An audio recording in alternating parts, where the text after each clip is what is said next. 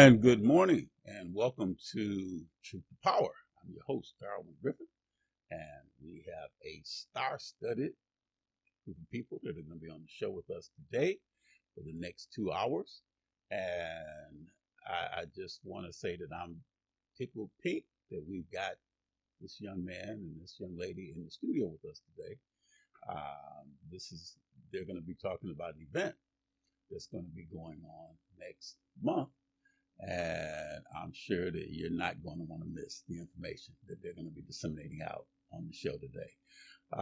Some people, it tickles me how they wonder what you do during the course of your day. Like, well, what's your day job? Like, I see what you do in the afternoon or in the evening, but what do you do during the day?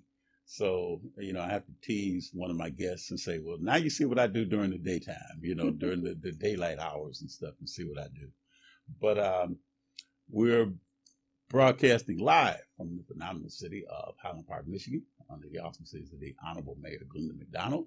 And you can also view us in the phenomenal city of Detroit, Michigan, under the auspices of the Honorable Mayor Mike Duggan. But before we get started, just want to, say a few things. Main thing I just want to say too, and I'd be remiss because I'd have to look up in heaven, and I don't want to see this young lady frown at me from up above. But I just want to send out a heavenly happy birthday to my mother. October the 18th is a very special day, in the Griffin household. So we have a lot of, it's interesting because sometimes we would kind of, what's the proverbial phrase where they say you would kind of kill two birds with one stone? And because a lot of times Sweetest Day would fall around the same time as my mother's birthday. So when I was growing up, we would give my mother some candy and say happy birthday, happy Sweetest Day, to her. But it was interesting. A lot of people didn't realize that Sweetest Day is for the men and Valentine's Day is celebrated for the women. So some people don't know that. So I don't know. I'm looking at my guests and I'm wondering like, okay, is that what the situation is? So the men are Sweetest Day and the women are Valentine's Day? But, maybe we can kind of expound on that a little bit, during this time. But, I definitely want to go and, look at my mother, Hilda Griffin, because if it wasn't for her son wouldn't be here, as well as my other brothers and sisters. And again, this was a very special time. She passed away. It's been 7 years now. And so, just kind of bittersweet. I was going to put a post out on Facebook today, commemorating all of the years and all of the hearts and people that she touched throughout. But I'll get around to doing that, sometime after the show today. The other thing I just want to say is that I want to give a special rest in paradise to one of my fraternity brothers. As most of you know, I'm a member of the first Black Greek fraternity, Alpha Phi Alpha. And a young man that I was a little intimidated by when I first was thinking about joining the fraternity. I met him and he was wearing his colors. Our colors are black and gold. And he was wearing his colors. And he looked at me and he was kind of like, you better not pledge my frat, because if you do, you're going to really catch it from me, because you're going to be made right. So it's interesting because when I did go to pledge at our smoker that we had, and I was hoping and praying that he wouldn't show up at the smoker. And then when I saw him come in the room, oh, Lord. One of the guys that was one of my sands, that's people that pledge with you, when he looked at me and he was like, is that the guy? I said, yeah, that's the guy. I'm trying to hide my head and hope that he wouldn't see me, trying to take my hand and kind of put it over my face like, he wouldn't. I guess it's like those ostriches when they stick their heads in the ground and then they go and they think that you don't see them. And his great big body that's sticking up out the ground, but the head is, and it's one of those phrases, out of sight, out of mind. But it was just interesting because when he came in and he walked around the room and he was looking at the potential pledges and he saw me and he just stopped. And he said, "You take your hand away from your face. I know who you are. I know who you are. And let me get your name again." So he was like, "All right, Darwin Griffin. Okay, you know you mine, right?" I'm like, "Okay."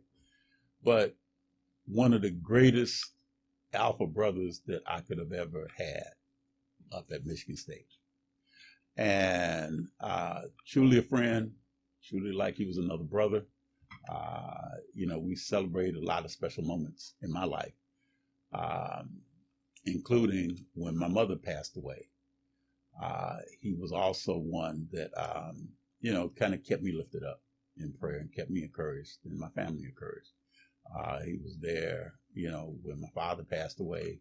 There were other relatives that had, transitioned, including my brother. And he was in my wedding and some other things that he had been involved in. So just a great joy to behold. His name was G. Gregory Wallace. Depending on who you talk to as to what his nickname was. When I met him, he told me to call him Big Brother Blood. So that was, I guess, indicative of the fact that he was probably going to extract blood from all of the people that pledged. But when I took him to a couple of his family reunions down in Pine Bluff, Arkansas, everybody called him Stony. So that was his other nickname, was Stony. So we did a Omega ceremony for him yesterday. That's what the brothers do when they have brothers that are transcending into the Omega chapter. And it was well represented. We had quite a few brothers that attended, and it really put a lot of what he did and the impact that he made on so many people. So everybody gave him a very, very, very nice send-off. And I was talking to his ex-wife and talking to some other people, and they said, yes, it was phenomenal. But again, our condolences, our prayers, our hearts extended to the Wallace family in Flint, Michigan. So, I just want to say to Greg, to my mother, that I know that you are joined, in heaven now. And I do want to tell you that we'll be seeing you soon, but not too soon. But the thing is that I'm sure, Greg, you'll be up there telling my mother some funny stories about her son, and just don't tell her all the stories, Greg. So you can tell her a lot of them, but there's some stories to kind of leave. I'll just leave those to rest, because one day if I, when I join you all, I'll be coming to tell stories about you too, Greg. So you may want to be careful about the stories that you may tell, that I might come up there and like, well, he said what? Oh, let me tell you about him. So there'll be stories to tell like that. But and then lastly, we had a labor and community luncheon yesterday that was held at Region 1A under the auspices of the director there, Ms. Laura Dickerson. And we had a phenomenal time. We had a great panel of, people, including the Deputy Wayne County Executive, Turfy. I have to make sure I say his name right, because he's a Deputy Director, Wayne County Executive under Wayne County Executive Warren Evans. And we had Jerry King, we had Wilson. We were supposed to have a guy named Andre Washington from Columbus, Ohio. He couldn't make it, but we had, stepping in for him, the Wayne County, well, not Wayne County, but he's the Congressional District Chair for District 12 under Rashida Tlaib. And that was the gentleman that took the place up there with Rashida Tlaib. And that was a gentleman that I tickled him because he calls himself Kevin Destiny, but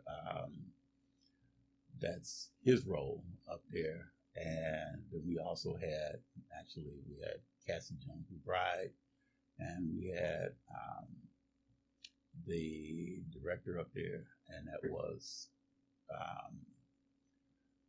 oh, her name will escape me. But anyway, Laura Dickerson. So we had a variety of people that was there. We also had Congresswoman Rashida Tlaib was there, representing the 12th district. And we also had Congresswoman representing the 6th district, and that's Debbie Dingle. And we had a host of other people. So everybody said the food was good, the company was good, the networking was great, and we gave some awards out to people, and everybody, just like I said, it was just a great time that was had by everybody. So, Rebecca, now you see with the other things that I do. So I know as we talk a little bit more about the awards and the awardees, maybe you may look at me a little different and say, oh, well, I guess he might be all right to get this award too, or to recognize him in that capacity. So he does a little something in the community. But we, as I said again, we've got a very, very good show today with a couple of special guests. But they're from the Hannon Center, and I know a lot of you probably have rode by that place many times as you're going down Woodward Avenue, and you pass by those churches right there at Forest Avenue. Mm-hmm. But you look and you see, and a lot of people know churches right there where they have the exhibit for the Underground Railroad and things like that. And then as you go a little bit further up, you'll see the Hannon Center. And it's on the same side of the street as the Art Institute and the just a building that does and houses so many great people, as well as some of the events and the hospitality that I was shown when I came there the other day. Rebecca, I'll let you give a chance to give a shout out to some of the receptionists there. So if they see the show, they'll be like, oh, look at it, she gave us a shout out. So, the people can say that, yeah, their names were mentioned. So Rebecca, that might kind of give a smile on their faces. I see you writing it down. So it's like, let me make sure I don't leave anybody out. So I'm going to, make sure I put their names in the mix so that those receptionists that were there that showed Mr. Griffin, when I came there to the building to get a headshot. And then especially the young lady who kind of gave me a quick little tour, and that's how I got a chance to see my other guests when we looked into the gallery. And I was seeing the two gentlemen that were talking, and I saw this one gentleman talking to this other gentleman, and I'm like, oh, okay. Which one is the director of the center? So she was telling me that, no, it's not the one that you think, it's the other gentleman. So I'm like, and they said, no, he's not there. There's somebody else that's there. So, but we'll get into that a little bit about the gallery, and then also about the, I think it's a restaurant. I want to say Holy Bowling, right? So, yeah. So I remember that, and she gave me the little brochure of it and everything, and I was like, okay. But there's a lot of good things that are going on in that building that I'm sure that my guests will go into detail, about. But I'm giving them a lot of send up, a lot of build up, and hopefully they'll want to come back on the show again, in the future. So they're like, oh, we had a good time on our own show, so we'll have to come back again. But like I had to kind of twist arms to try and get folks to, sometimes to come on my show. But when I talked to Ms. Gillespie, she was like, oh, okay, well, that might be nice to get a chance to come and do the show. And I'll kind of give a little shout out to, I know when we were trying to get on the show, I wanted to have an opportunity for everybody to not just talk about what they do, but also about this event that we've got that's coming up next month. So without further ado, my special guest today, and I'll go, if you don't mind, I'll go ladies first. And it's Miss Rebecca Gillespie, and she is the director of Development and Marketing for the Hannon Center. Yeah. And then the gentleman with her is Mr. Richard Reeves, and he is the Director of Arts and Culture. Okay. All right, Mr. Reeves, Ms. Gillespie, welcome to Truth to Power today. But thank you for coming on the show with us today, especially at such short notice. So I appreciate you. But I'll go with you first, Ms. Gillespie. Mm. So tell us a little bit about, people have seen the building. They know that the building exists right across the street from where the Sheriff's Department is at. Yes. Where it used to be the, if I'm not mistaken, I think the Verners used to be right up the street from there on the other side of the street, right there in that same little, area somewhere up in there. That's interesting history. I've not heard that before. And then it used to be a police station. It used to be a police department. It used to be right there across the street as well. So that history, right there, I'm not saying it's Midtown, but it's like the medical center area, where our gallery, where the historical museum and all those different places are right there in that same vicinity. So I know when we talk about the art gallery being right up the street, Mr. Reeves, that'll probably kind of fall into your wheelhouse of, conversation. But Ms. Gillespie, just give us a little narrative as to Hannon Center and what are some of the things that you offer there at the Hannon Center. Thank you. Thank you for having us today. Thank you for coming. Allowing us to come and talk about our work. And I compliment you on your smile and the other ladies there on your smile. So your smiles are really kind of infectious. So go ahead. I'm sorry. No, that's okay. We actually, yes, I will give my shout out to the ladies at the desk. They're actually part of the Urban League, and they work at Hannon Center. So hi, Jennifer, Jackie, and Deborah. I appreciate the three of you, and the energy in our at our nonprofit is wonderful. They've complimented. I hear this from people that come for our programming. I hear that from the ladies who work at the front desk. Everyone at Hannon really cares about our mission, and we're there to preserve the dignity and enhance the quality of life for older adults 55 and up in Michigan. Hannon Center has actually been in existence for 100 years next year. So we'll be celebrating our centennial next year. And we have different programs that we like to highlight, which is our social work program, where we're helping people connect to resources that they are in need of. We have our creative aging program, which Richard will go over. Our Beyond You programming. And we also have a Dementia Day program that we offer for people who need that resource. And the name of that program is Daybreak. Daybreak. Okay. And so now you've been with them for how long, Rebecca? I'm a newbie. I'm only 1 year old. So you're like a neophyte, as we called it in the fraternity world. You're like in the sorority world, like a neophyte. Man. Yeah, I'm probably still going through the hazing process. Okay. Well, so now in this year, what were there some things that you didn't know about Hannon Center, and then when you got there, you were really amazed at all of the phenomenal things that you encountered, when you got there? Yeah, I can tell you a little bit about my experience. So I actually interviewed with them virtually and sat and, was on a panel of like 6 people. And those are some hard interviews. But okay. Yeah, through 2 different interviews. And then I actually came to the building. And when I pulled up to the building, I was amazed. There's art on the outside. There's art on the inside. It's beautiful. And I've heard from other people that their experience maybe years ago was there was a small gallery. Now our whole first floor is this beautiful gallery space. Our CEO had a vision that he wanted to create the ability for older artists to exhibit their work. And he renovated our entire gallery. I think it was over COVID.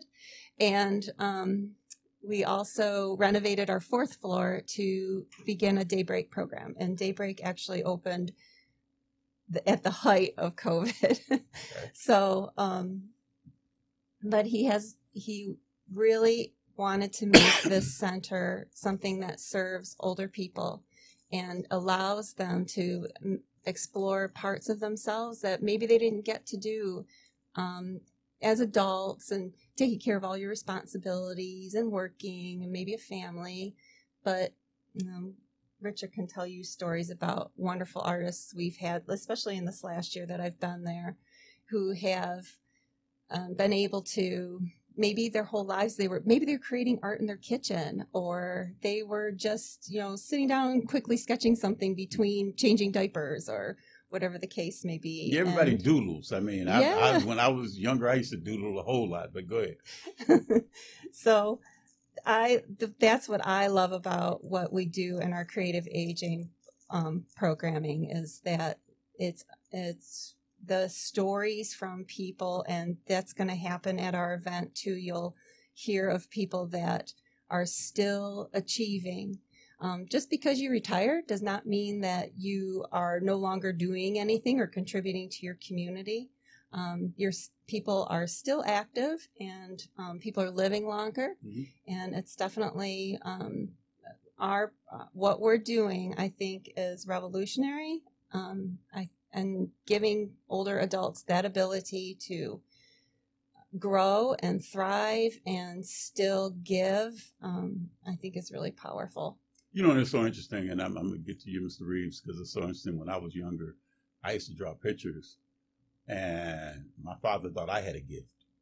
And he would look and see some of the pictures, because I drew pictures of some of the comic book strips, the comic strips that you would see in the newspapers. And when I would look and drew pictures, and I'm probably going to be aging myself when I say drew pictures of Beetle Bailey and, and Tom and Jerry and some of those characters, that you would see. And I'll really age myself when I say, like Prince Valiant back in the day. I don't know that one. That's why I said I'll probably aging myself when I say that part. But that was a character that my father used to, look at when he would look at some of the comic books, and look at the comic strips. And I used to collect comic books like Batman and Superman, comics like that. But I used to draw the pictures, and I thought I was pretty good. I thought I was a pretty decent, artist. You should sign up for our courses. You could take our fine arts class. That was then, and this is now. But I'm sure that, Mr. Reeves, I'm sure you probably could look at some of my, artwork, because I used to see on the back of those comic books where they would say, see if you can draw this figure. And then you would look and like, okay, all right. And then you'd send it in, and I guess they would assess to see whether or not if you were a potential artist or if you were a struggling person that wanted to make like you were, like people that sing in the shower. They think that when they sing in the shower, they're real gifted. And then when they get out the shower, but I can't hold it to, I can't even hold the notes now. But we'll get to, and I'll definitely get you, Ms. Gillespie, to kind of talk more about the event that's coming up. Yeah. But since you brought Mr. Reeves' name up multiple times during your introduction, Richard Reeves, welcome to to Truth to Power today. So talk to us, Richard. What is it that you do there at the Hannon Center? So I am the Director of Arts and Culture at the Hannon Center, and I have the honor of being able to just meet lots of our elders who, like Rebecca said, have always had wanted to do things with their life other than just their regular work things. And we just kind of help to inspire them to continue being their best self. We want them to be able to live in their space as long as they can, as comfortably as they can, and feel a sense of community. The best thing that we have at Hannon is the sense of community that we give our seniors. They come there to take classes, but they leave having friends and developing friendships, and always feeling like being in a safe space so they can achieve whatever they want to achieve. As a Director of Arts and Culture, I'm in charge of the art gallery, but I'm also in charge of a program called Beyond You, which is continuing education for seniors. We offer classes like a couple of art classes. We have workshops. We have exercise class, yoga class, meditation, just almost anything that you can think of that people want. We poll our participants to find out what they want, and we try to offer it. We have foreign language classes, and like Rebecca said, we get compliments all the time about what an impact that we have on their lives. One story that I would love to tell is about one of our participants who's an artist, who says that she retired. She worked in corporate America. She worked in kind of human resources type position. And when she retired, one day she woke up and she said, what am I going to do now? What am I going to do? And the first thing that came to her mind, she says, I think I'll take an art class. She hadn't really done lots of art in her life, but she says, I think I'll take an art class. She had friends that had been taking art classes at the Hannon Center, and she inquired about those classes. And so she went and took her first art class there, and she hasn't looked back since. She has really, really excelled. Her name is Betty McGraw. I'm sure she won't mind me mentioning her because she's kind of a very special person. And when I first met Betty, when I came there, she was kind of doing her art thing and working on it, but she was really interested in doing more. She wanted to enter some art competitions throughout the city, and she wanted to display. Well, I'm gonna say this. We want to hear more, but we've got to take a break real quick. Gotcha. And we're going to take a break. We'll be right back with Mr. Gillespie, Mr. Reeves. Stay tuned. You are watching To the Power. I'm your host, Darwin Griffin.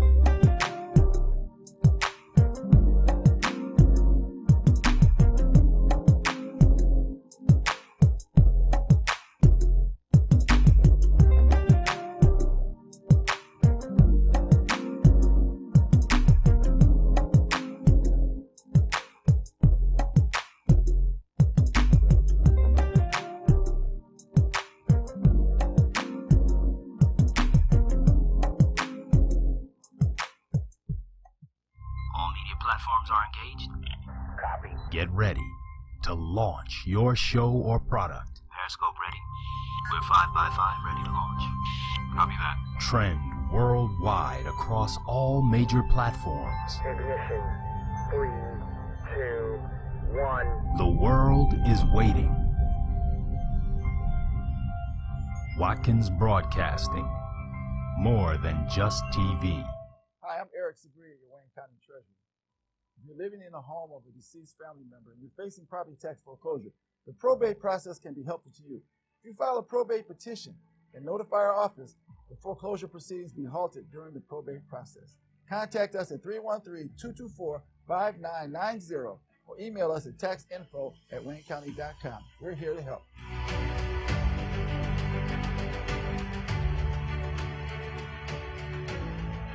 Feel good about your future with tuition-free programs at Wayne County Community College District. Whether you want to be in healthcare, computer science, the culinary arts, digital media, or robotics and automation for the next generation of vehicles, WCCCD has you covered. A full range of programs to achieve your goals, fit your schedule, and give you all the support you need to be successful. All of it tuition-free. Now there's something to feel good about. Register today at wcccd.edu.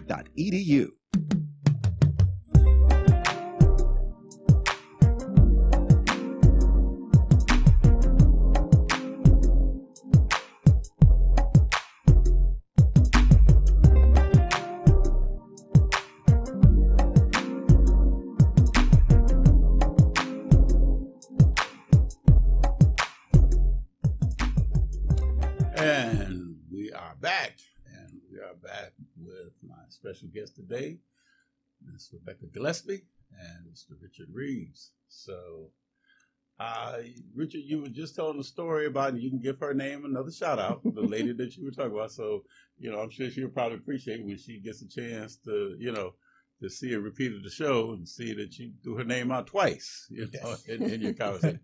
But go ahead and let you finish her story about her.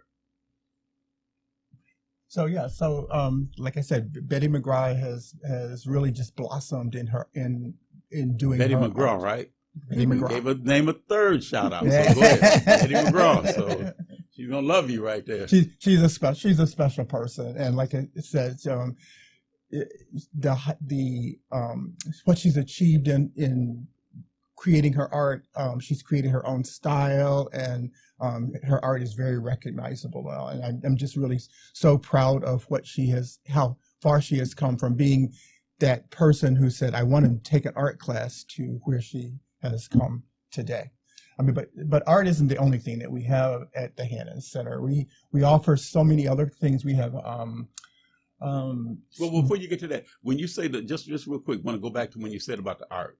Now, when you're saying the art, are they drawing portraits? Are they drawing still life? What type of artwork? Abstract, or what kind of artwork? It's all kind of artwork. We have two different regular art classes, and they go into all kinds of art.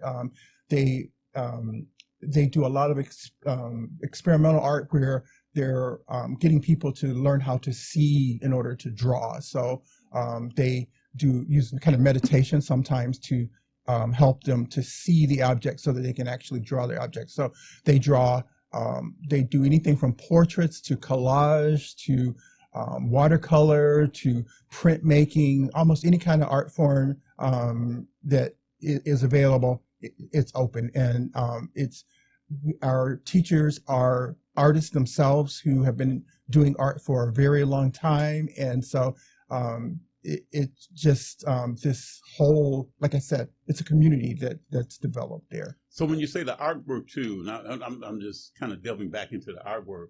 So we're talking about with pencil, with paint, with crayon. What type of art do they, in terms of when they do the drawings or do their artwork, are they applying this on like canvas or just on? It really depends on the artist. The teachers leave it open. Okay. The way we do it is when our artists show up, we have some supplies there that they can use, but they can bring in their own supplies. Sometimes there's a very structured class where the teacher is leading them through a project like, say, collage or something like that.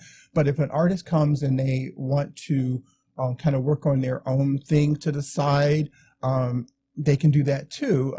So they have the opportunity of being in there working with other artists and hearing the lesson, but they can be working on their own thing. But the great thing about it is at the end of usually at the end of class, both instructors have a kind of a show and tell. Show us what you were working on today, and they do kind of an artist critique, and everyone gets to acknowledge what they've done and what other people have done too. Okay. Because I mean, I see now it seems like art is really something that's really getting very vogue right now, that a lot of people are into, because you see a lot of those they call them painting with a twist, parties. And it seems like that's really kind of gotten just a lot of people excited to do that. And especially from all different age groups, to do that. So you said that when they're doing the artwork, they get a chance to go and they get a chance to display their artwork and talk about how their composition came to manifest, as far as with them. And so is any of the artwork that they do, is any of that on exhibit at the Hannon Center? Oh yeah, so I have exhibits all the time at the Hannon Center, and we specialize in showing artwork for people 55 and older.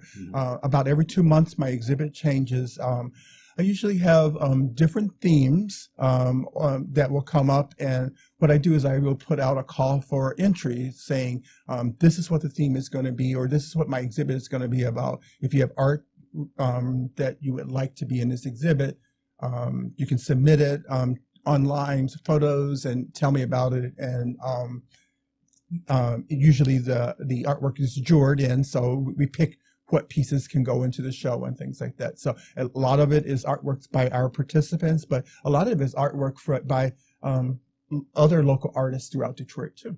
Oh, okay.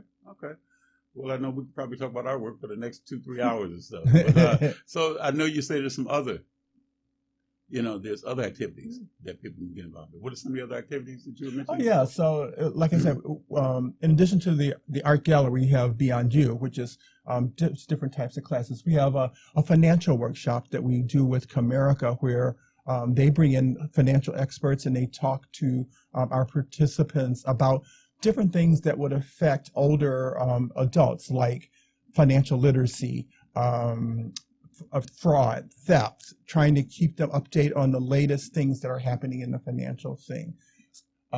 It's virtual and it's a free thing. So you just need to kind of sign up and be a part of Hannon to do that. Yeah, because when you said that, because it made me think back to a lot of times when you see on the news where you see a lot of people that have been scammed out of life savings in some cases. Yes. And that's great to have something like that so people understand how people can, take your life savings.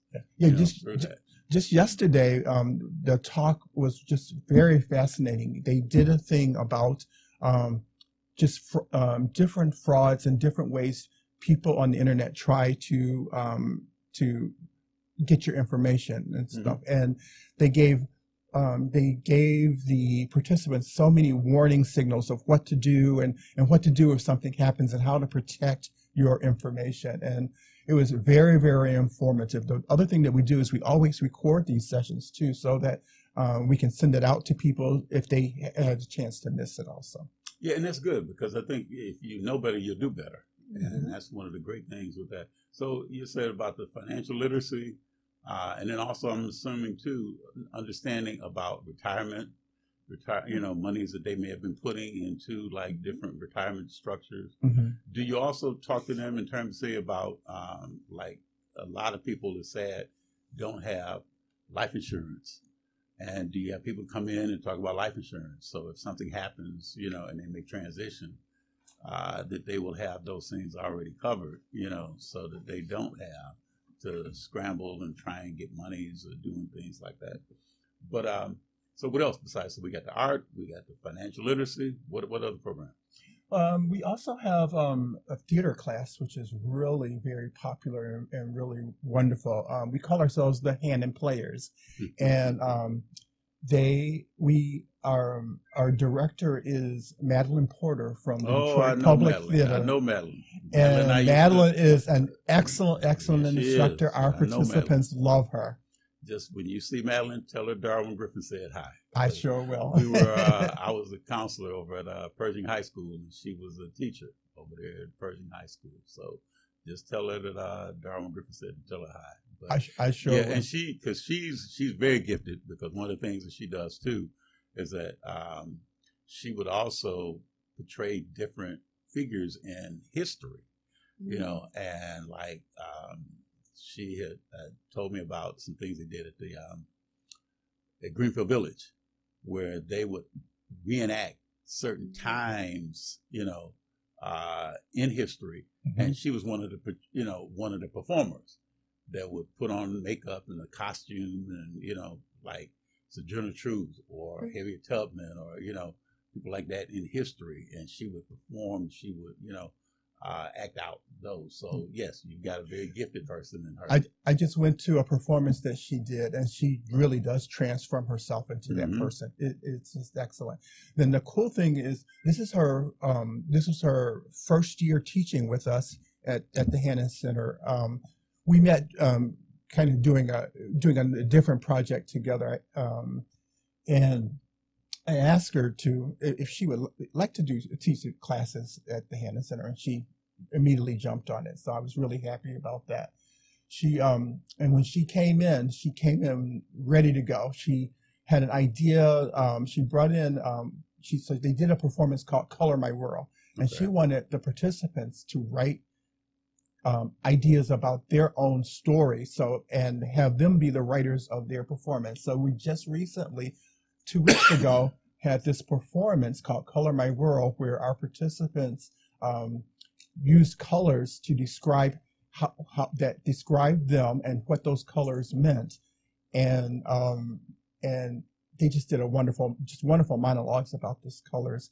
And it was really, really well received. We have a little black box theater in our basement of our building that holds about 50 people comfortably, and it was packed. It was full. It was just a wonderful, wonderful experience. I still get calls today about when are you going to do this again? And just wonderful. Just wonderful things. Another program that we do in our Black Box Theater, we do it once a month, usually the first Thursday of every month, unless the holiday. It's called we call it Listening Black Music Series. And it's really listening back with the L in the middle. And what it is there's a young performer. Her name is King Sophia. She calls herself King Sophia.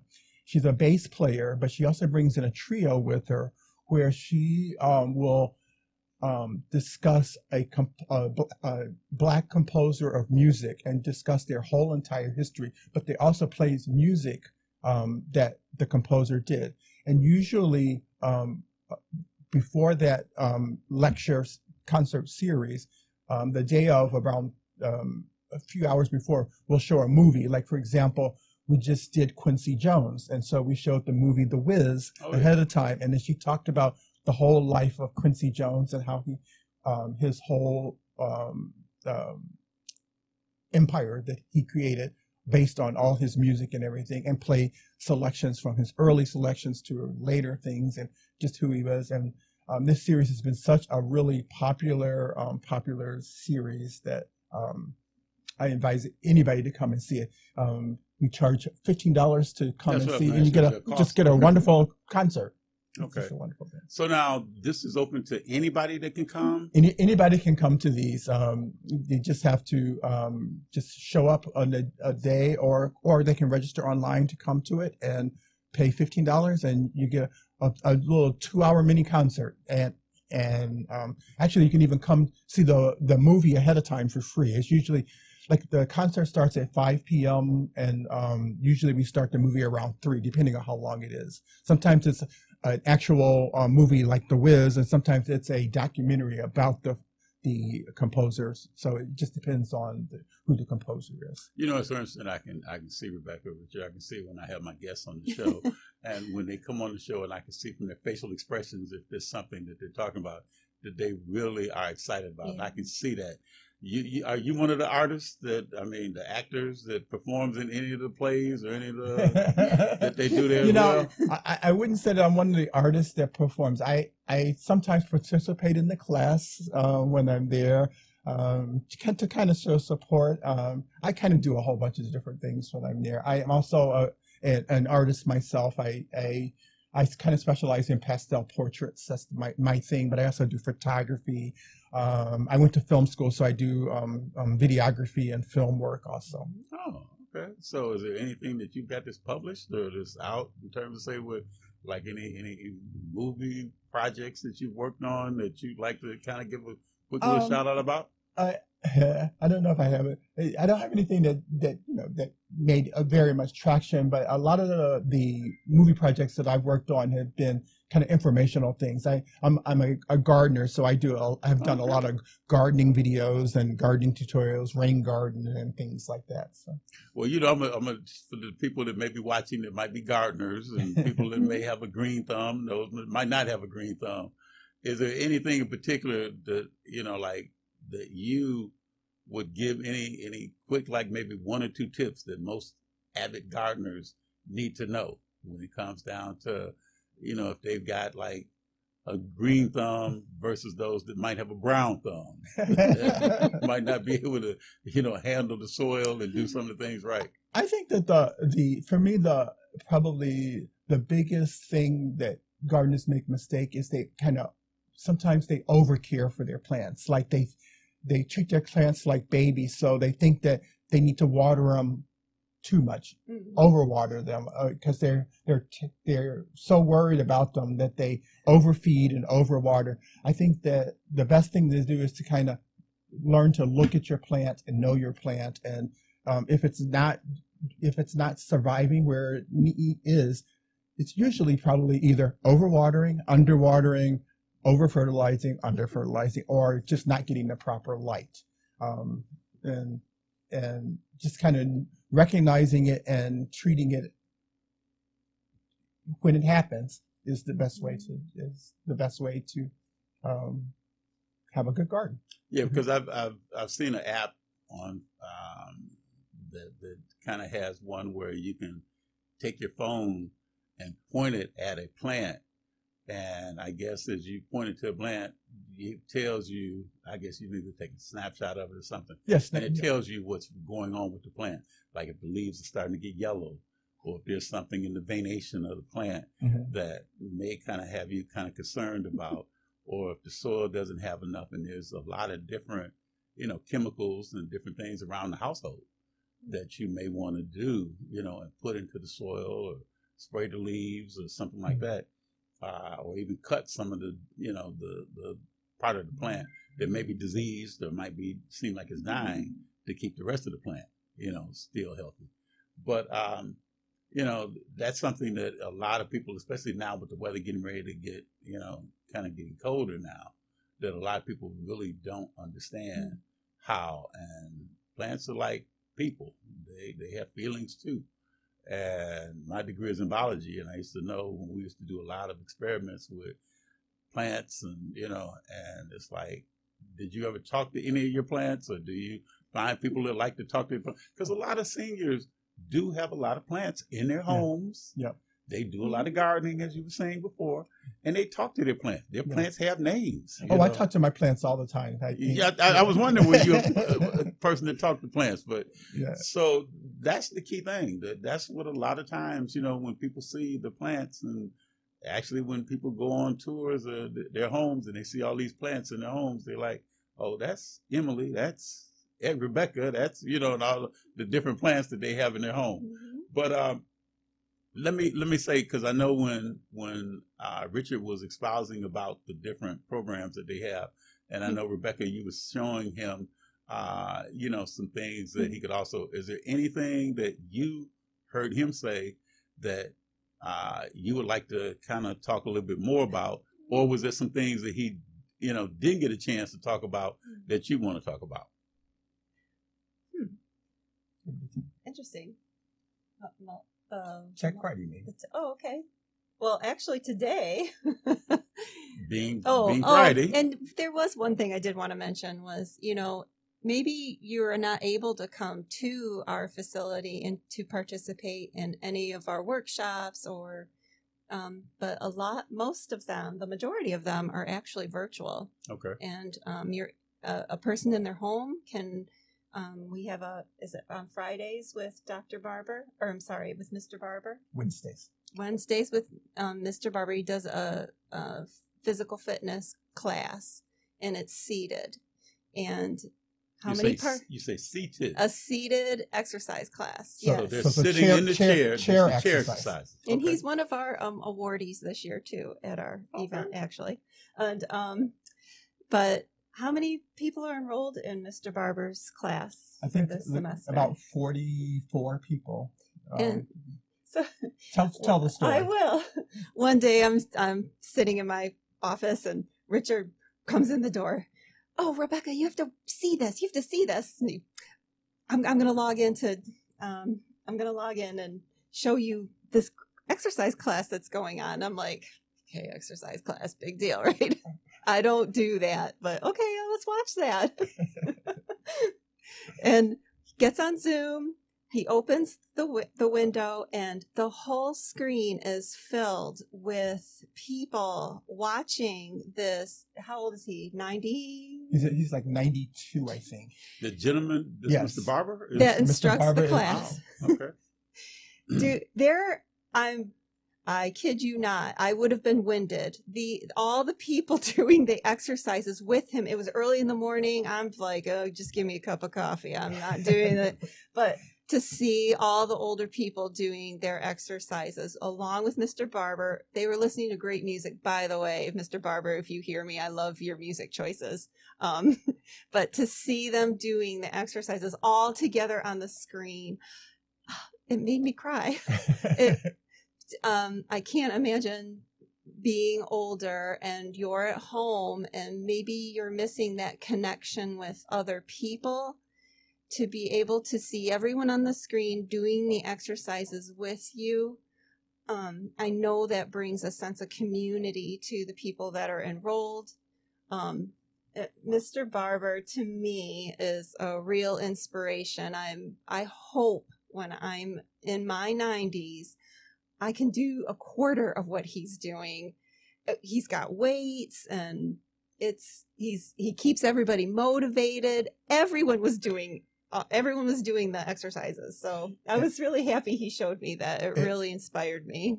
And everybody says that his exercises give you a real workout. I mean, that when they're done, they say, sometimes I have to take a nap because it's, they actually get a real workout. Now, how long are his classes for? I think his class lasts about an hour. Mm-hmm. Okay. Yeah. And now, so the other question I want to ask you too, if a person wanted to be a part of Hannon Center, what do they have to do? I mean, is there a charge? Is there the enrollment? Is a membership, or what's? You want to go ahead? No, you go. Okay. One of the things that has been essential for us and how we've structured our programming is to make sure that it's affordable for everybody. Mm-hmm. So if you were interested in participating in maybe Mr. Barber's class or maybe Madeline Porter's class in our theater, it's most enrollment is just $9 for an older person for a whole semester. And how long is the semester?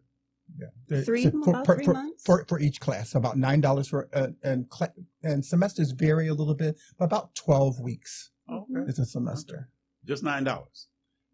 For one class, 55 and up. Yeah. Okay. And there's a few exceptions in the classes that require more materials and stuff. Sometimes cost a little bit more, or if the instructor is a little bit more expensive, every once in a while it's more expensive. For example, we had an instructor who did a jewelry making class, and when the participants finished that class, they would go home with a necklace that would be worth about $150. So we charged more for that class because we paid more for the instructor, and there was real gemstones and materials that we used for that class. She actually used real gold and everything.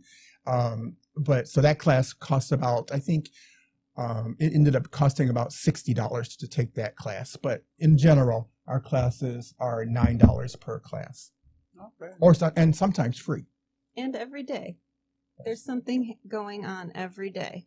And to answer your question about how you get involved, one of the best ways to do is to come into Hannon Center and let you talk to one of our My Neighborhood Connection people, because they can connect you with all the things that are happening in at Hannon Center. They work for AmeriCorps, and their job is to connect seniors with services and other things to help enhance their life. So if someone came into Hannon Center not really knowing what they want to do and everything, they could sit down, talk to one of the My Neighborhood Connections people, and they would be up on all the services, all the classes, all the things that are happening, so they can find out exactly the best fit and how to get them involved into the Hannon Center. Okay. Well, we got to take another break. So we'll be back, and I definitely want to get more information, especially like with the assessment, as you were just saying, Mr. Reed, about assessing the person and their talents to see what might be of interest, to them. But you're watching Truth to Power. I'm your host, Darwin Griffin, and we'll be back with Miss Rebecca Gillespie and Mr. Richard Reeves.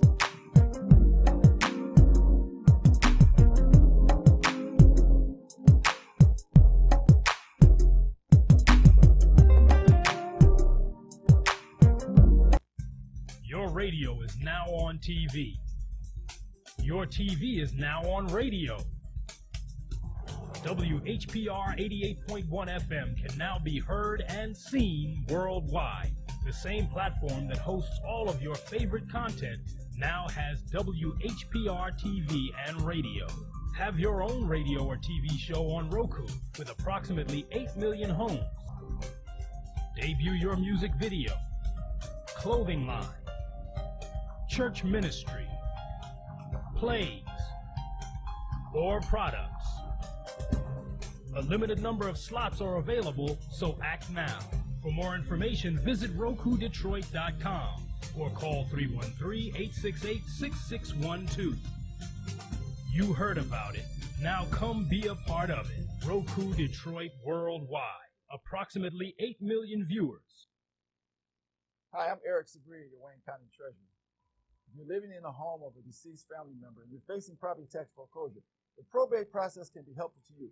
If you file a probate petition and notify our office, the foreclosure proceedings be halted during the probate process. Contact us at 313-224-5990 or email us at taxinfo@waynecounty.com. We're here to help.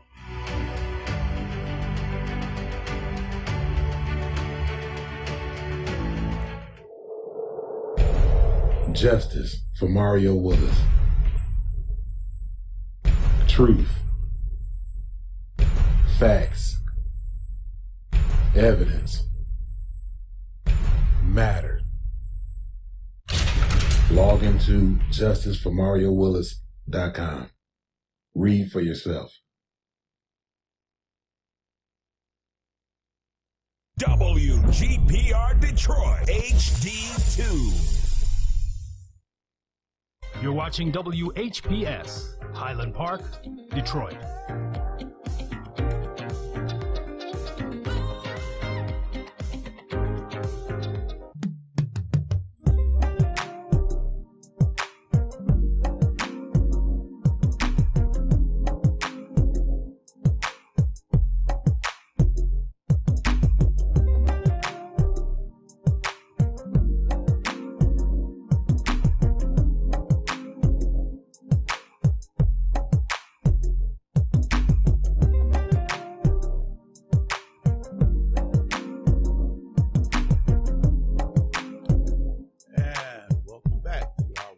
Truth to Power with my special guest, Mr. Richard Reeves, Miss Rebecca Gillespie, and I am your host, Darwin Griffin.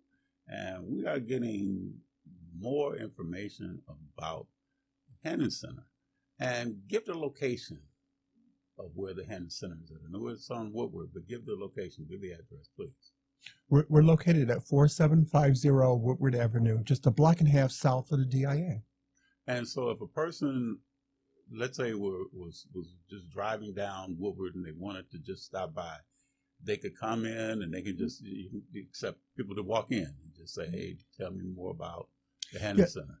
Yes, we always have people that just come and walk in. It's best to call ahead and make an appointment if you really have a specific need, because we're a small staff and we are always doing something really busy. So dropping in is fine, but it's always nice to have a heads up, because then we can kind of prepare to have you and meet you and know exactly kind of meet you where you are if you give us a heads up. Okay, because I know that's what I did. How I got to meet you, Ms. Gillespie, was to call and make an appointment to meet you. But now, so what is the number that somebody would call in? 313-833-1300. Okay, and then one of the cordial persons that answers the phone can kind of direct you to whatever extension that they need to go to. Okay. Yes. All right, let's kind of go a little bit into this event that you've got coming up next month. Exciting. So I'll let either of you kind of delve into the event that's coming up, the second weekend in November. It is. Hannon Center is a host for an event called the 70 over 70 Next Chapter Awards.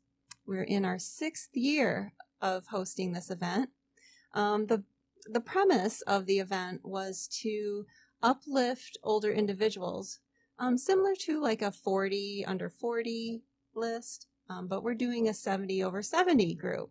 So 70 individuals are nominated in 7 different categories for an award. And the different award categories are art, change maker, civic and community leadership, entrepreneurship, lifelong learning, lifetime achievement, and unsung hero. And at the event, it starts at 11:30 and runs till about maybe 1-2 o'clock.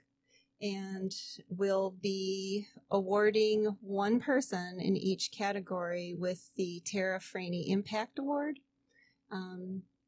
as a standout individual in that particular category. This year, we're happy to have Councilwoman Mary Sheffield will open our event. And we also have Roop Raj, who will, from Fox Detroit, who is the evening anchor. He'll be emceeing the event. Our entertainment is Mr. James Cohen Sr. He's an accomplished pianist here in Detroit. He's 93. Wow. And he'll be playing. We also have the Brazil Denard Chorale, who will be performing. Love them. Love They're the going to be Hallelujah excellent. chorus that they sing. But, okay. And they, the reason why we wanted to work with the different people who are performing at our luncheon too is because they fit our work. Mm-hmm. They're most of the people in the Brazil Denard Chorale are 60 and up. So we're happy to have such talented individuals performing. And our third entertainment piece will be our very own Hannon Players. So Madeline Porter will be at the event with her troupe, and they'll be doing a performance too. And I'm really thrilled that I was able to have 3 entertainment pieces this year. We don't ordinarily do that. So if you don't have tickets, I suggest that you go online to hannon.org and get your ticket and come and see this. Experience uplifting individuals, 70 individuals over 70. One of which is in the entrepreneurship category is our very own Darwin Griffin. Oh, wow. I wonder who that is, but okay. So I really would love to have people come and experience this. Our program book will include all of the bios for those 70 individuals, meeting the people this year, and also reading about their life story or what they're still doing after into their after 70 is just it's really impacted me and makes me realize that doesn't matter your age. If you are making an impact and you want to give back and you want to stay involved, it is possible. It doesn't matter your age at all. And what do you say some of those categories are again for the people that are being nominated?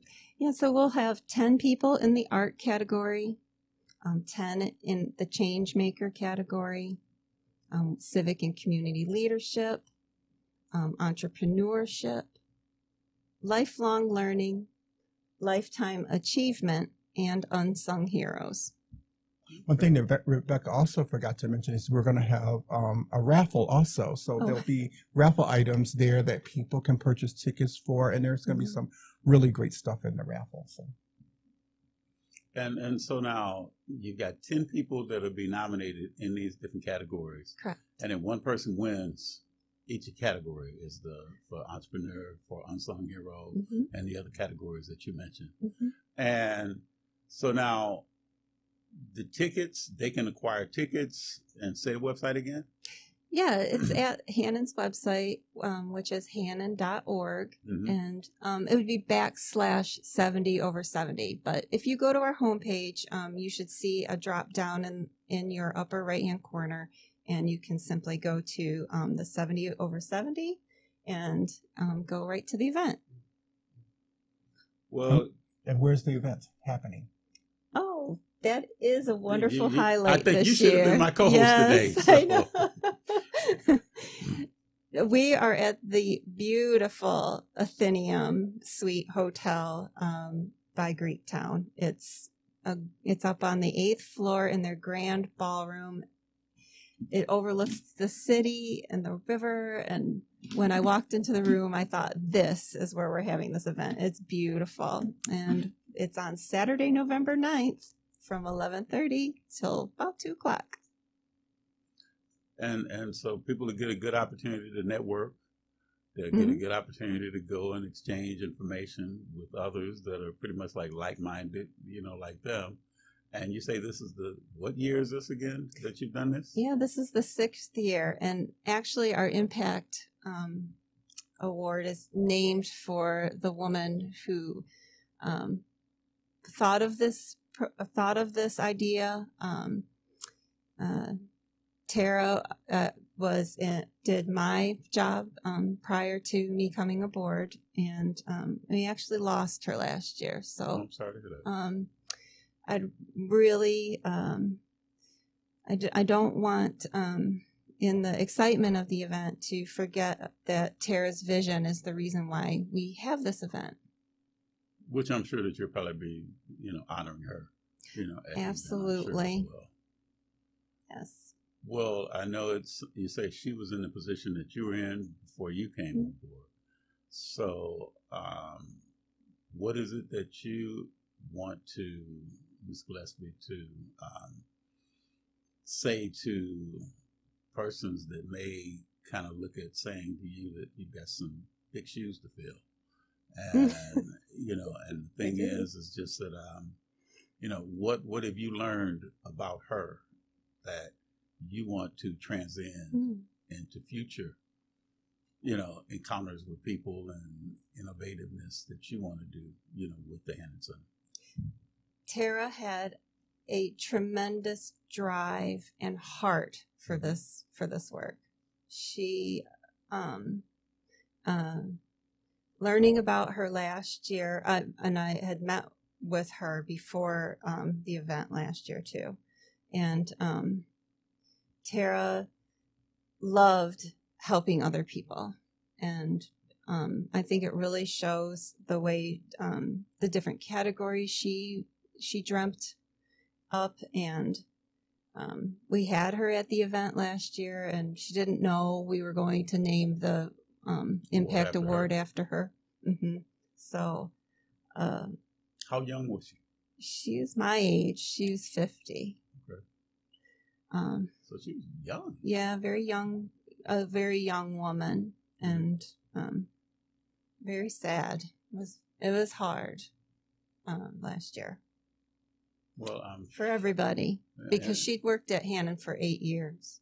Okay, yeah, and I'm sure that she probably has left a legacy, with you and with others, and I can tell how emotional you're getting, even referring to her and the legacy. Mr. Reeves, you knew her too? Oh, I definitely knew her. Yes. What's your impressions of her? Tara was just a force. She just. She was kind of one of the hearts of Hannon because everybody knew who she was. She was ever present in everything that Hannon was about. And so everybody looked up to her and respected all the work that she did.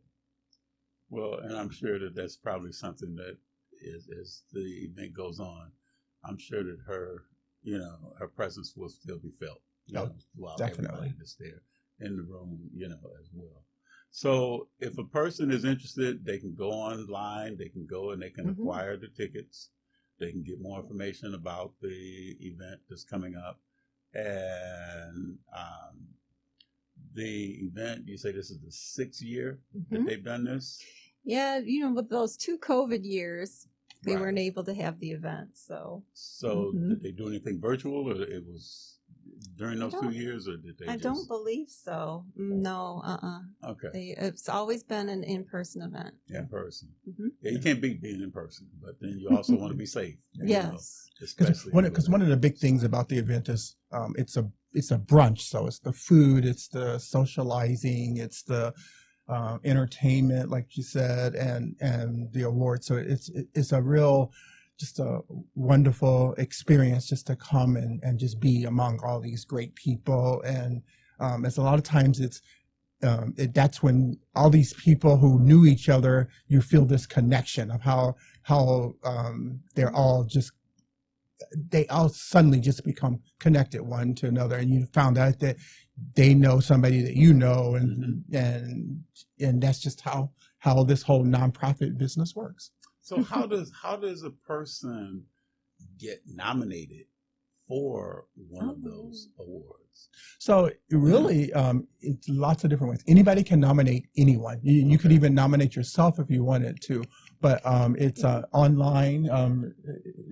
We post online to that the nominations are open. We show what the different categories are, and people submit nominations for different people that they know fit that category. A lot of it's word of mouth, or people who've been nominated before think that someone else should also get this award. It's all different ways of being nominated. Now, my other category that I'm going to ask you too, can you be nominated for multiple categories or just for one? Absolutely. Yes. Mm-hmm. Because I'm thinking, and I'm saying this in a selfish way, I'm like, okay, I heard when you said about me being nominated for an entrepreneur, award. But then I'm listening to the other categories that you were saying. And you fit into multiple. I'm thinking about multiple ones that I could fit in.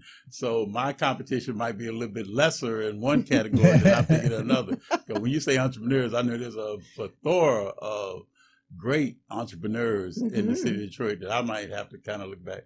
Oh, no, I can't compete with him or her. I might well just go on and stay seated, when they go and start to giving the names of the nominees. It's like, be like how you have those people at the award ceremonies, for the Oscars and for the Emmys and that. And they're sitting back and they're like, oh, they see the names of Denzel, or they see the names of some of these other, renowned, actors and actresses. And they're like, oh, no. What I find, though, is that there's really no losers in this thing. Everybody that is nominated deserves to be nominated for this award, and that just being present at this event is like just the big honor. I think that the final award, the big category award, is just a placeholder of all these people.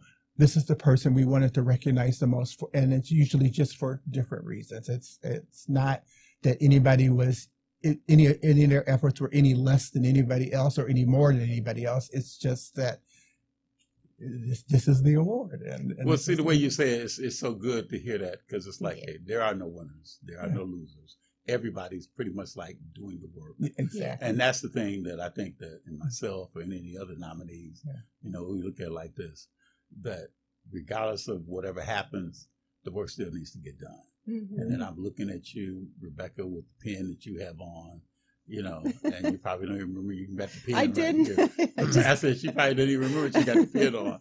And it's like, even in this presidential, election, that we know that somebody will ascend to be the 47th president, and we know that somebody will not be the 47th president of these United States. Mm-hmm. But there's still work that needs to be done.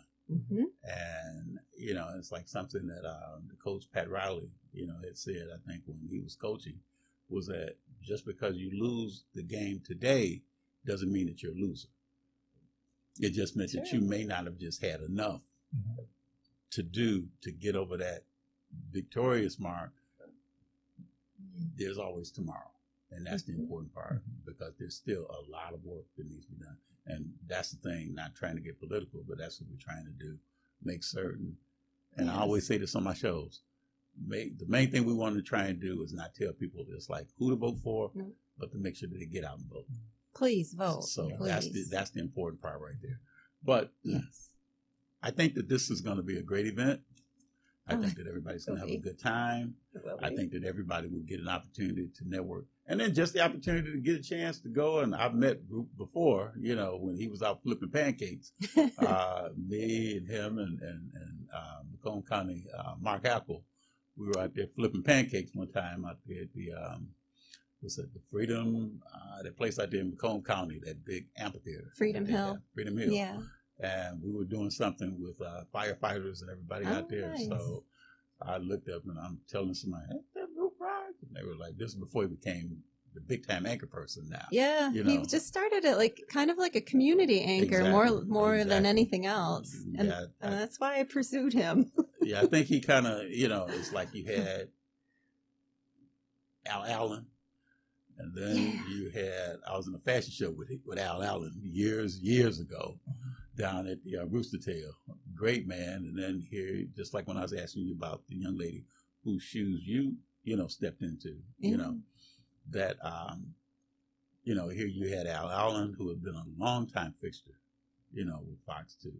And then you go from segueing from him to like a Roop Raj. Mm-hmm. And, and then Roop had to step into some, phenomenal shoes with my frat brother, my steady, safe fraternity brother, Hugo Perkins. Yes. And now it's so sad because I look and I see something where they're saying that Devin Skillion is getting ready. Yes, I just saw that this morning. Yeah, so, he's going to retire too. I'm like, wow, a lot of people have, been there, done that. But I think that that's the same thing that I'm seeing with a lot of these, individuals that are going to be nominated. And then those that will win the awards, will have an opportunity to go and, look at the legacy and set the tone for those to follow, years from now.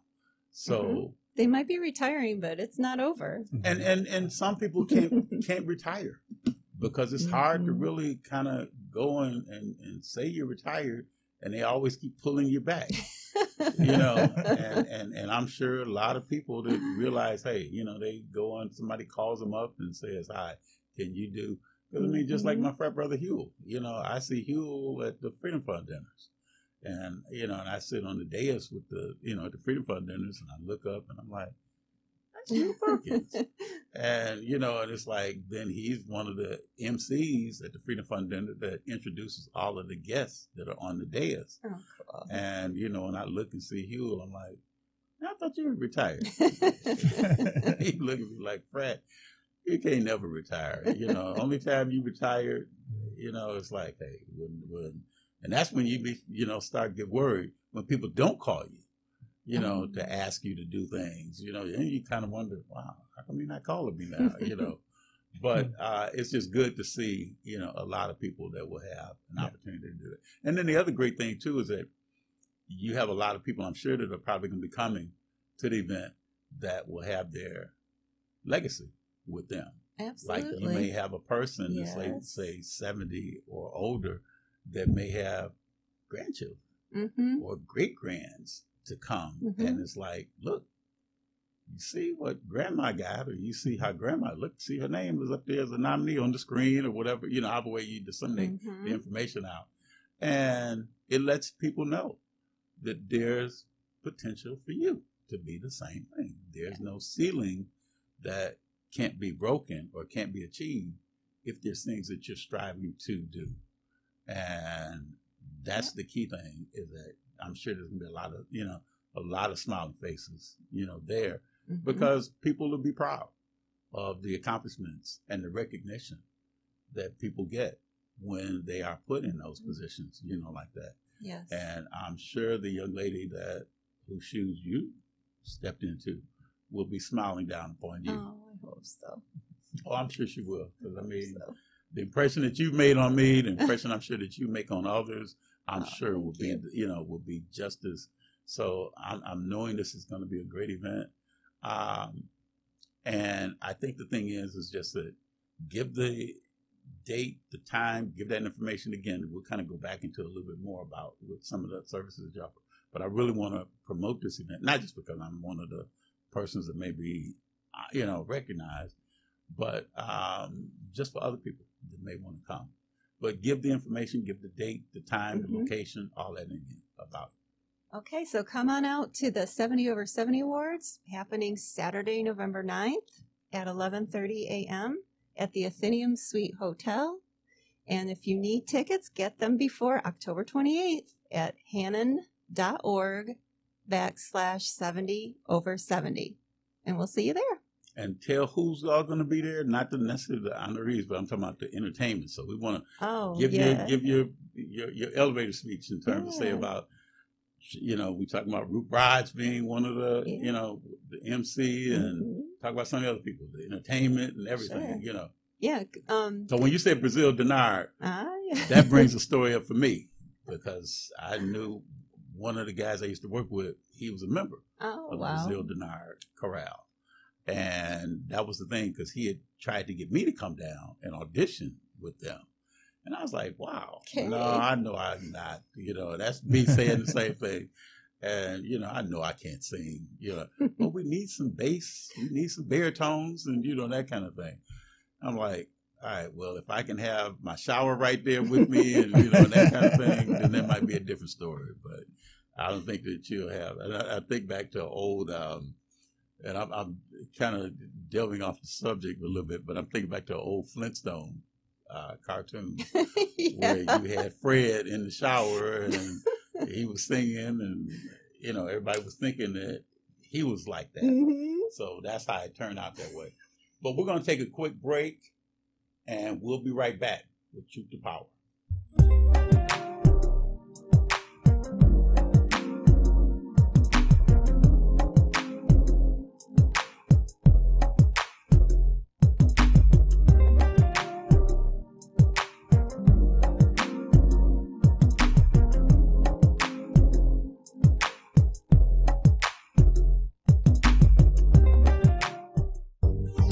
Have you ever wanted your own TV show?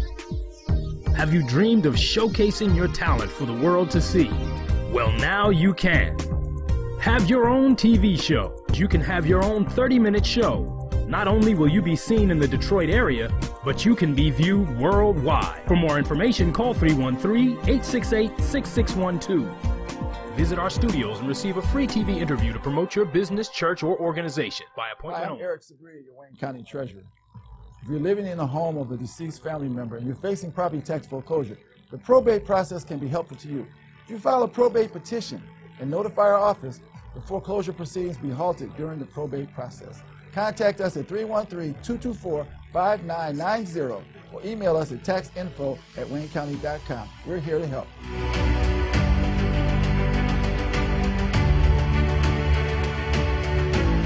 All media platforms are engaged. Copy. Get ready to launch your show or product. Periscope ready. We're 5x5 ready to launch. Copy that. Trend worldwide across all major platforms. Ignition. 3, 2, 1. The world is waiting. Watkins Broadcasting. More than just TV. Claudine Jackson thought she had it all until she was faced with the challenges of raising an autistic child. Inspired by autism is her brutally honest journey, filled with heartbreak and triumph. Get your copy and find the support you deserve today by visiting www.claudinejackson.tv. Hi, I'm Eric Sabria, your Wayne County Treasurer. If you're living in a home of a deceased family member and you're facing property tax foreclosure, the probate process can be helpful to you. If you file a probate petition and notify our office, the foreclosure proceedings be halted during the probate process. Contact us at 313-224-5990 or email us at taxinfo@waynecounty.com. We're here to help.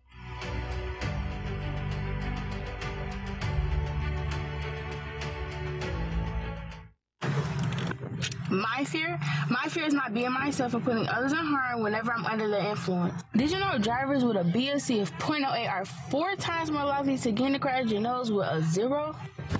There is a reason why the legal drinking age is 21.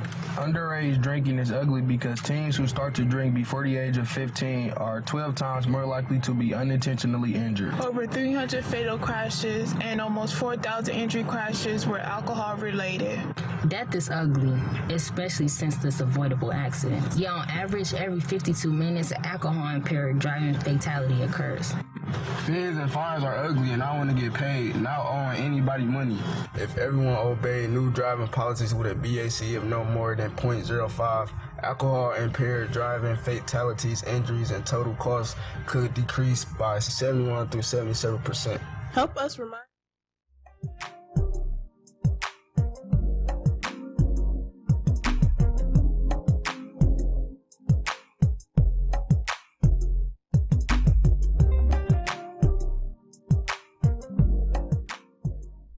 All right, you are watching Truth to Power. I'm your host, Darwin Griffin, and we are having a conversation with a couple of people. And right now, we're about to be joined by the Honorable Senator from the phenomenal state of Georgia, and that is Senator Raphael Warnock. Senator Warnock, welcome to Truth to Power today. Great to be here. Great to be in Detroit. Well, you know what I want to say to you first, before we get started. the first question I want to ask you is, how's college life? Oh, I see you. It's great, my brother. I got it.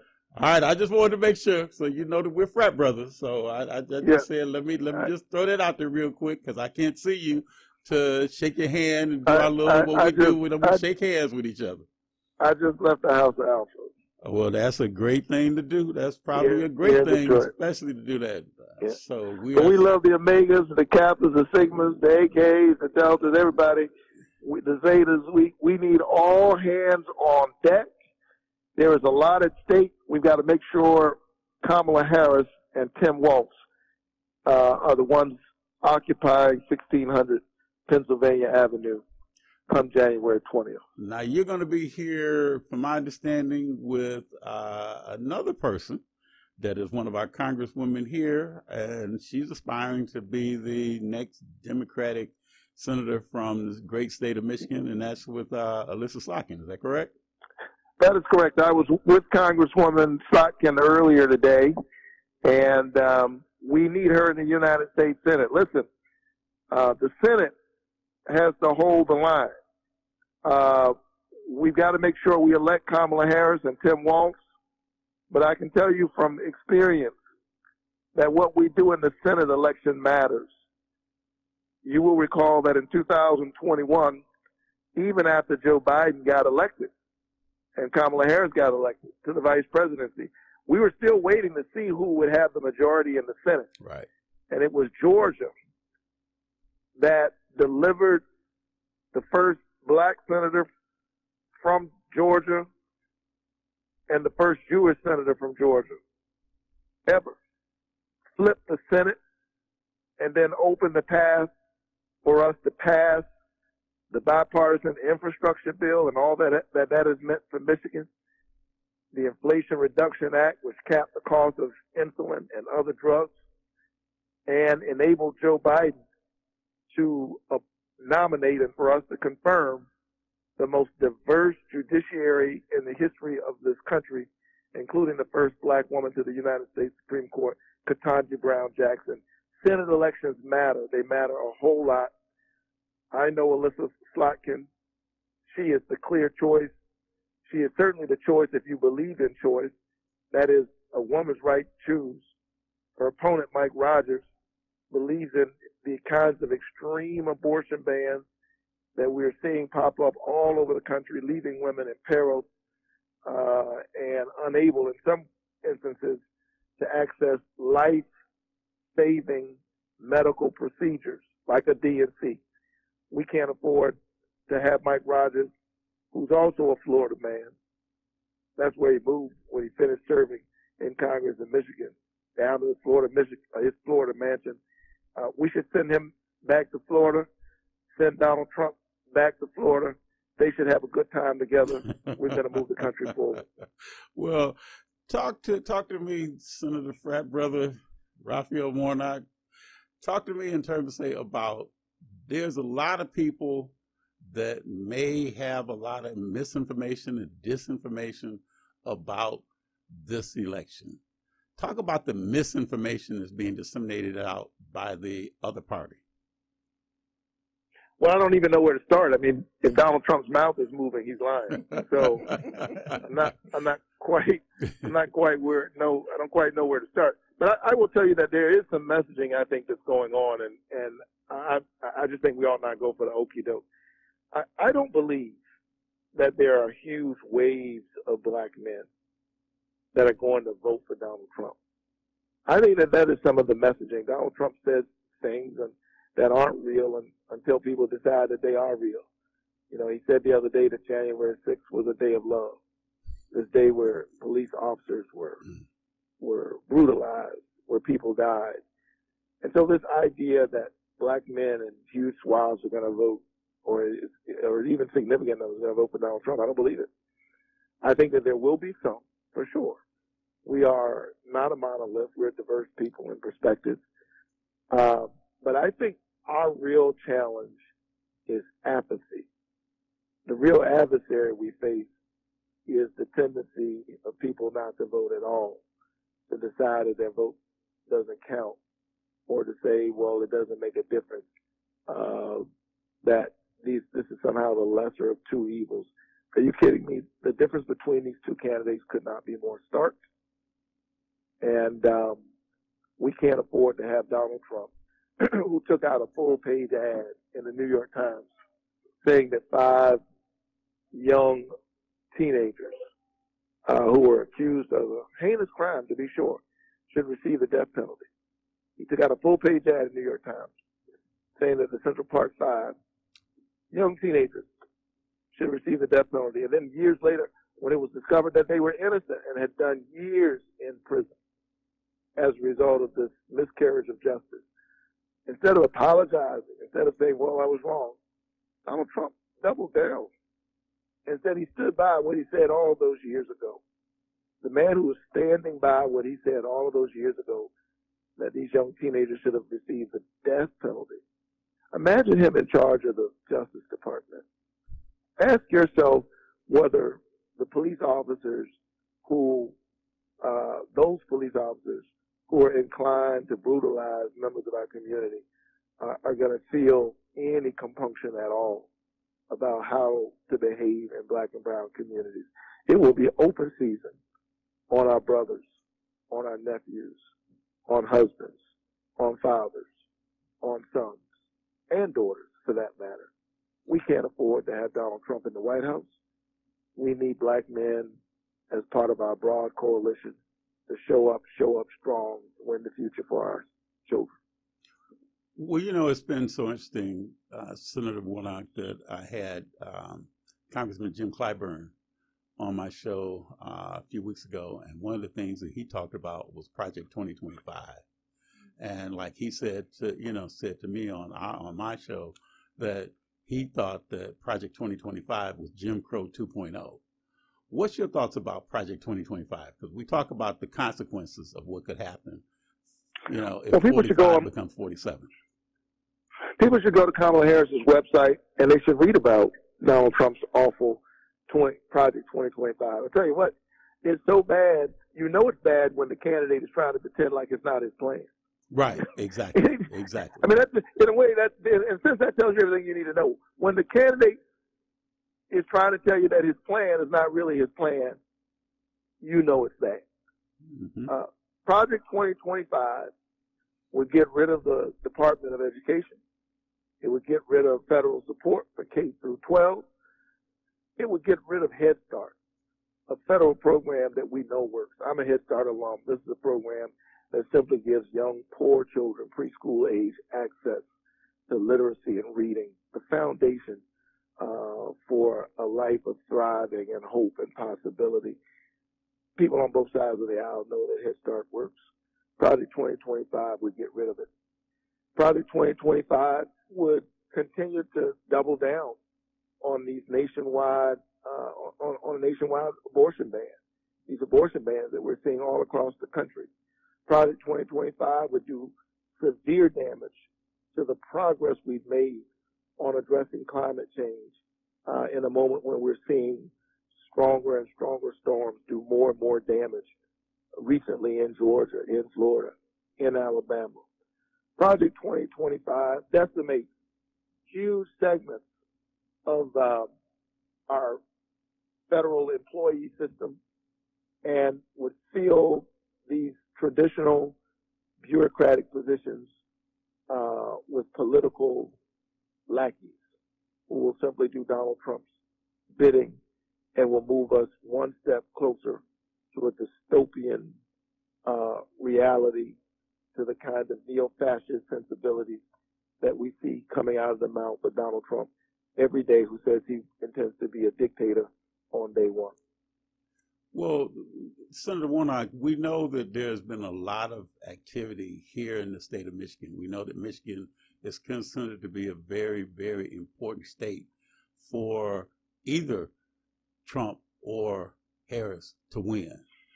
We know that you started your early voting there in Georgia, and I know we've got that coming up here this weekend with the early voting. How important is it for people to get out and actually vote, and not just to vote, but to also take other souls to the polls with them as well? Because there's some people that feel like their vote doesn't matter. There's some people feeling like it doesn't really matter. Here's why we know your vote counts. If your vote were not so important, why are your adversaries working so hard to stop you from being able to vote? Right. Why did they pass SB 202 in the state of Georgia? Why did they pass all these voter suppression bills all over the country? Why are we witnessing a GOP that's gone amok, literally running against democracy all over the country, still lying about the last election and trying to set the terms for not certifying this election if they don't like the results? We are in a fight for the very democracy of our country. And it's so very important that all of us stand up. You ask, well, what can I do about it? You can show up. There are others who will be involved in these fights in court. But what can ordinary citizens do? Show up. Half of life is showing up. A vote is a kind of prayer for the world we desire for ourselves and for our children, and our prayers are stronger when we pray together. We got to pray together. Remember, November 5th is not the beginning of the election. It's the end of the election. Polls are opening. If you live in Detroit, you can early vote starting on October 19th. Statewide early voting starts on October 26th, with some cities or townships starting even sooner. If you have a mail ballot at home, fill it out and drop it in the mail, or bring it to a drop box in your city and in your township today. By the way, you can register online to vote. It's not too late. You can register online to vote by October 21st. You can also register in person at your city or township clerk office and cast your ballot at the same time you vote until polls close on election day. Michigan, Detroit, let's vote early. If anything, spend November 5th getting your friends out who haven't already voted. Yeah, because we do something, Senator, we do a power of 10, in some cases a power of 12, where we're asking people not just to go out and vote, but to have a list of 10 or 12 other people that they also like to have a pledge to get them to also get out and vote as well. Absolutely. So listen, folks, I've got to run. Well, we appreciate you. Lottie, Dottie, and everybody out to vote. Keep the faith, y'all. You are so welcome, and you are always invited to come back to WHPR. So again, safe travels, and go Kamala Harris, November the 5th. Make sure you get out and vote. Thank you, Senator. All right. We have just had the Honorable Senator from the great state of Georgia on with Truth to Power, and that is there's probably nobody that doesn't know who the senator from the great state of Georgia is, and that is my frat brother. I'm proud to say, Alpha Phi Alpha, my frat brother, Senator Raphael Warnock. But, you know, we know that his message is something that's a powerful message that he's trying to also additionally tell people in the United States, not just in Georgia, not here in Michigan, but all over the country, to make certain that they do exercise their power to get out and vote. And I know it's very interesting, you know, just that we still have in the studio with us, we still got my other special guests. We've got Richard Reeve, and we've also got Miss Rebecca Gillespie from the Hannon Center. And it was just so interesting when Rebecca came into the studio, and I look and I see she's got green and black in terms of saying her attire, but she also has a yellow button that has something on that button, and it's so multicolored when I look at it, and I'm like, okay, I see the red, the black, the green. I'm gonna probably tell her that if she leaves that button here in the studio, that button might get left, and it might not be here when she comes back to see if I left it here. But definitely want to find out where she got that button from, and to see if she can get a button for me to, you know, to wear at the same time too. But I'm gonna ask you both, what were your thoughts, you know, in terms of say about, because you were here to be able to listen to Senator Warnock giving his, you know, messaging in terms of about making certain that people get out and vote, and what some of the consequences could be if Kamala Harris is not elected as President of the United States on November the 5th? Where do we start with that? Well, since you got the button on, and I don't know if you're going to leave that button, but, we'll let you start with the lady with the button that says, I'm for Kamala, but go ahead. One item that Senator Warnock brought up that I really want to express from my personal experience is he is right. Head Start works. My 2 young children, when they were toddlers, I had gone through a divorce and we were eligible for Head Start. And without Head Start, my children wouldn't have had the preschool opportunity to attend there. And to completely remove that program, if you have family members, you have children, grandchildren, great-grandchildren, you should care that Head Start exists. It's an excellent free program available for people to send their children to. And if you don't know how much child care costs these days, it can be more than your house payment per month. We need that program. It's reprehensible. He would want to remove that funding and support for families. And if you don't want to vote for anything else, please vote about that. That's so incredibly important. The reason why I have voted in the last election was because of Kamala. She was the reason I voted for Joe Biden.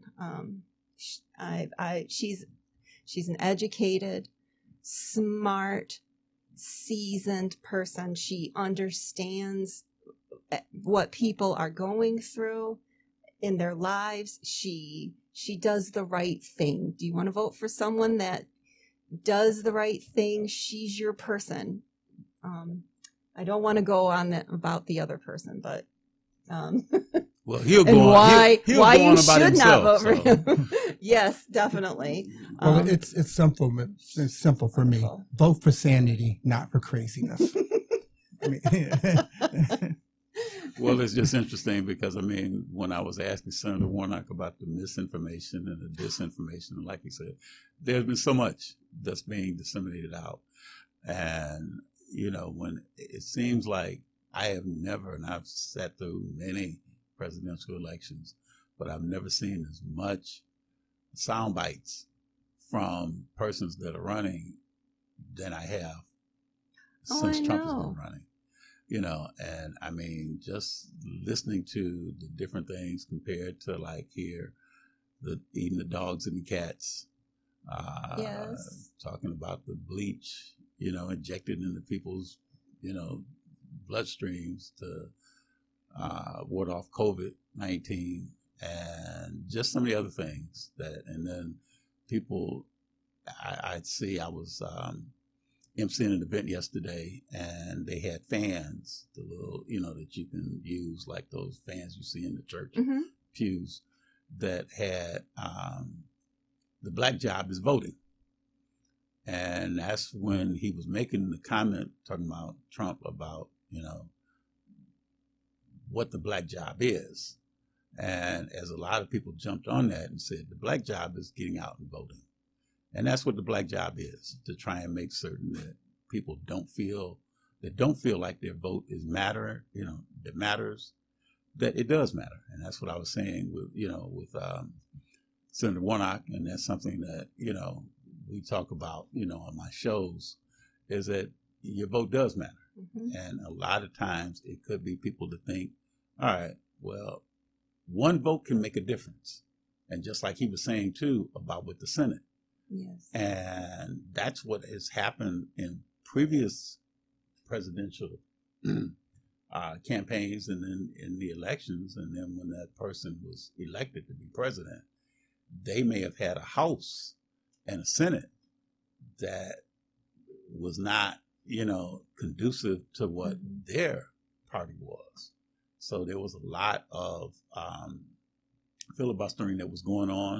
There was a lot of things that went on that let people think, all right, we're going to fight this president and not get something to his seat or to his desk to get passed. And just like you were saying, Rebecca, when it comes down to like the Head Start programs and some other things, those bills may kind of just fall into a deep hole of sorts in the Senate, in the House, because, you know, looking in terms of, say, civics, we know it has to go through the House first to go into the Senate.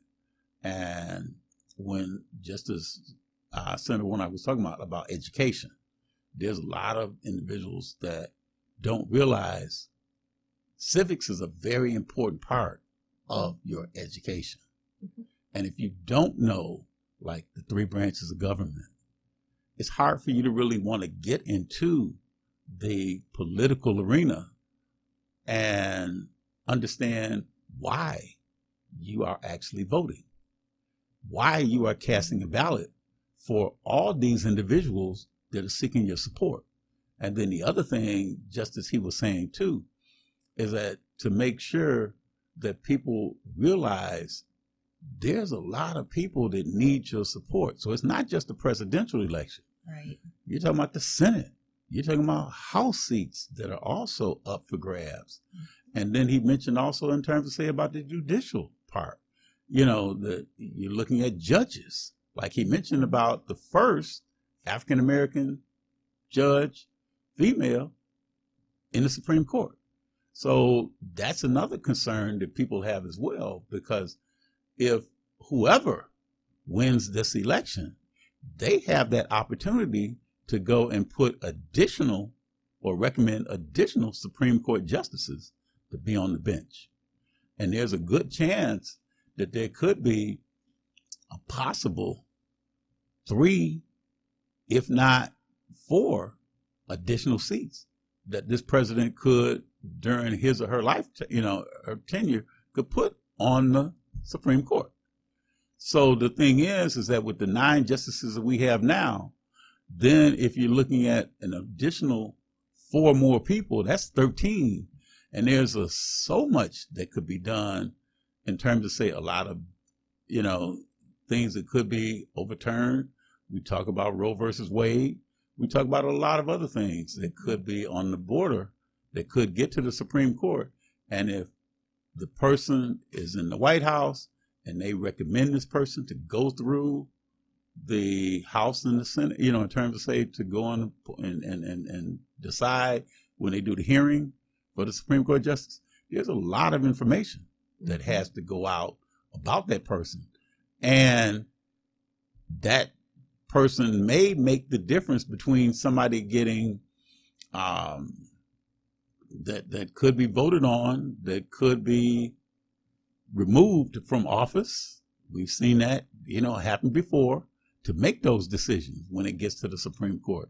And if the Supreme Court is loaded with a lot of people that are in that party, there's a good chance that they may not really do what needs to be done and look at the laws that may be facing. Because right now we have a ex-president that has 34 counts against him. And these are not just little minor counts. These are felonious felonies that have been levied against this person. So there's so much that this election is really, really contingent upon. Mm-hmm. So again, Richard, Rebecca, the important part is to make sure that we do get out and exercise our power, exercise our opportunity to get our voices heard. And I spoke this yesterday. I'm speaking this again today, that, I was listening to our Congresswoman, Rashida Tlaib, because she was at our event yesterday. And that's the main thing that she was saying, that it's imperative that people do realize democracy is at stake right now. And there's a lot of people that don't realize just how much at stake democracy is right now. Mm-hmm. But we've got a few minutes left, and I want to pretty much give a close. I appreciate both of you for being on the show. I know it was probably a little bit of a surprise that you also were able to be on the show with Senator Raphael Warnock. And Rebecca, I was looking at your expression when we got the senator that's going to be on the call with us today too. So, wow, this is going to be nice right here and stuff. So I do want to say again to Richard, to Rebecca, I want to give you in a few minutes we have left, tell a little bit more in terms of just give a quick little synopsis about Hannon House, what some of the little things that you do there. And then also, Rebecca, then I want you to kind of go into the last minute, about this award ceremony that's going to come up. So, Richard, I'll let you take the first, and then Rebecca, I'll close out with you then. Okay. So, our mission at the Hannon House is... Oh, and also, too, mention your CEO. I mean, we definitely don't want to miss giving a shout out to him, because he's the one that probably was instrumental in having you come here. Our executive director is Vincent Tilford at the Hannon Center. Say his name again so we can give him a multiple shout out too. So Vincent Tilford? Vincent Tilford. Okay. Yes. All right. Yes. And our mission at the Hannon House is to preserve the dignity and enhance the quality of the older adults 55 and older in Michigan. And now and tell some of the different programs that you have. We have social work programs. We have the Daybreak program, which is our dementia daycare center, respite care center. We also have Beyond You. We also have arts and culture, and we have My Neighborhood Connections, which is where we go out into the community and connect our seniors with resources. Oh, and to add to what Richard was sharing, if you're a homeowner in Detroit and you may be eligible for the HOPE program, we're also home to helping you fill out those applications to see if you're eligible to have your property tax covered. So if you need help with that, we have trained individuals at Hannon Center that can help you with that. So if you're an older adult and you need that resource, we're here for you. What are some of the other resources, real quick, Rebecca, that you may also have, in addition to what you said about the HOPE, with that process to help with the property taxes thing? So we have, if you find yourself in a situation where you need to be connected to resources, or you just personally are in a place where you're lacking something you desperately need, we do that in our social work program, and we have 3 social workers that can come and help you with that. You can either come to Hannon, you can have a telephone conversation. You can join our telephone reassurance program if you would like to connect into community. I think if nothing else that you take away about Hannon Center is that we enable individuals to get connected into a community of people that are here to support you. Okay. And give the number again, too, where somebody wants to contact Hannon House. Yeah, our number is 313-833-1300. And if you want to come on out to the 70 over 70, we'll be doing that on Saturday, November 9th at 11:30. Go online, check out our website. It's hannon.org. We're on Facebook, we're on Instagram, and we're also on LinkedIn. Well, I want to thank you both for coming on Truth to Power today. Ms. Rebecca Gillespie, Mr. Richard Reeves. Definitely want to thank the Honorable Senator Raphael Warnock for being on the show with us today. You've been watching Truth to Power. I'm your host, Darwin Griffin, and we look forward to seeing you next week. Have a great weekend.